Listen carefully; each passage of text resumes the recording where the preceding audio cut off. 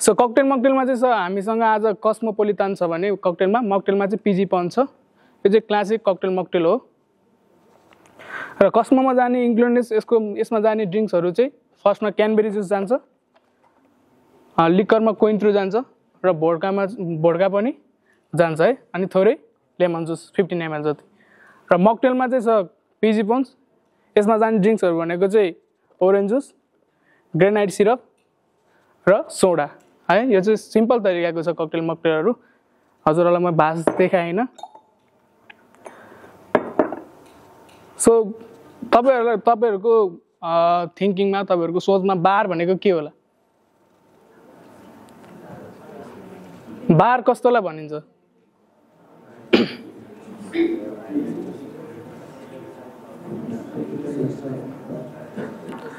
बार भनेको यस्तो ठाउँ हो, म भन्छु अब मलाई सुन्नुस्। बार भनेको यस्तो ठाउँ हो जहाँ गेस्टहरू आउनुहुन्छ, इन्जोय गर्नुहुन्छ, आफूलाई मन परेको चिजहरू मेनु हेर्नुहुन्छ। ककटेल मकटेलहरू के मनपर्छ? हार्ड ड्रिङ्क्स मनपर्छ या सफ्ट ड्रिङ्क्स मनपर्छ? हट बेभरेज मनपर्छ या कोल्ड बेभरेज मनपर्छ? उहाँहरूले मेनु अनुसारले खान सक्नुहुन्छ, हामीले सर्भ गर्छौँ। र अर्को कुरो भनेको जस्तो कम्बिनेसन नै मिल्छ के, जस्तो खुसीमा नै आउन सक्यौँ भने बारमा, दुःखमा नै आउन सक्यौँ होइन। हजुरहरूको गर्लफ्रेन्डले धोका देला बारमै आइन्छ होइन, बोयफ्रेन्डले धोका देला बारमै आइन्छ। सबैको कम्बिनेसन मिल्ने ठाउँ चाहिँ बार हो। जस्तो बेला जस्तो सिचुएसनमा नै हामी बारमा चाहिँ आउन सकिन्छ के है। त्यस्तो ठाउँलाई चाहिँ बार भनिन्छ, जहाँ इन्जोय गरिन्छ, जहाँ रमाइलो गरिन्छ, जहाँ आफ्नो पीडाहरू खुलाइन्छ, जहाँ आफ्नो पीडाहरू लुकाइन्छ, त्यस्तो ठाउँलाई चाहिँ बार भनिन्छ है। अब बारको पार्टबाट चाहिँ हामीसँग ककटेल मकटेल मैले भनिहालेँ। अब लेट्स गो त्यो ककटेल मकटेल है। यसको मेथड भने चाहिँ सेक मेथड है। ककटेलको चाहिँ मेथड भने सेक छ। र विशेष गरी चाहिँ हामीसँग हुन ककटेल मकटेल बनाउने तरिकाहरू चाहिँ सेक हुन्छ, अर्को बिल्डअप हुन्छ। बिल्डअप चाहिँ हाम्रो मकटेल छ भने सेक चाहिँ हाम्रो ककटेल हो। र अर्को भनेको ब्लाइन्ड हुन्छ, अर्को हुन्छ लेयरिङ मेथड है। यो चार तरिकाबाट चाहिँ हामीले ककटेल मकटेल चाहिँ बनाइन्छ। अहिले बनाउन लागि चाहिँ हामीले सेक मेथडबाट है। ककटेलको नाम कस्मोपोलिटान। फर्स्टमा चाहिँ हामीले क्यानबेरी जुस हाल्छौँ 60 ml।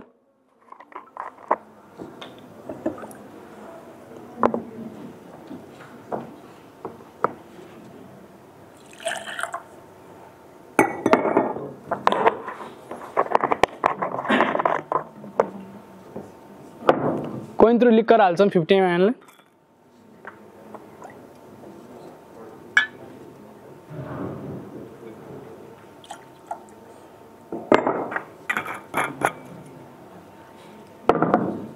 र भोड्का हाल्छौँ 45 to 60 ml है। त्यसको नाम त थाहा नि तपाईहरुलाई, के हो यसको नाम? जिगर प्याक मेजर है। कति कति हुन्छ थाहा यसमा? कति कति ml को?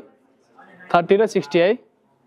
हजुर हो 45 र 90 पनि हुन्छ है।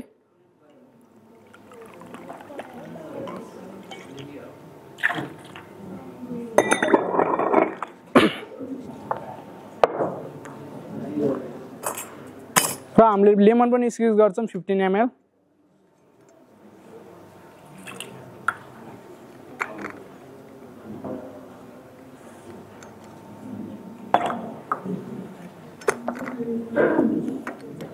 र ककटेल मकटेल बनाउनुभन्दा अगाडि चाहिँ हामीले गिलासलाई चाहिँ चिल गर्नुपर्ने हुन्छ।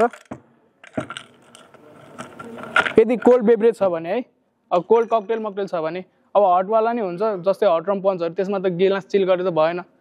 अब कोल्ड बेभरेज जाने ठाउँमा कोल्ड ककटेल सर्भ हुने बेला चाहिँ गिलास चाहिँ चिल हुनु पर्यो है।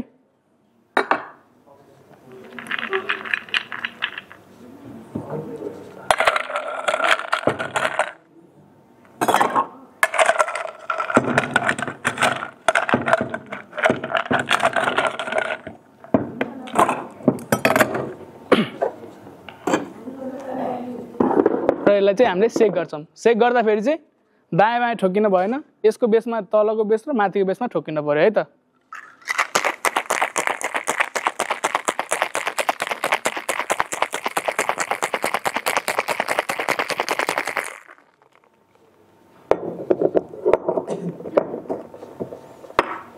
र चिल गरेको आइसलाई हामीले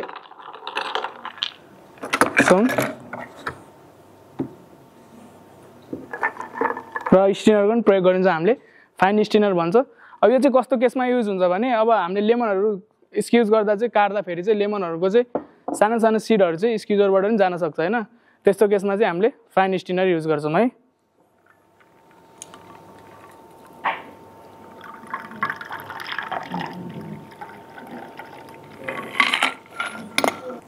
र गार्निसको लागि चाहिँ हामीले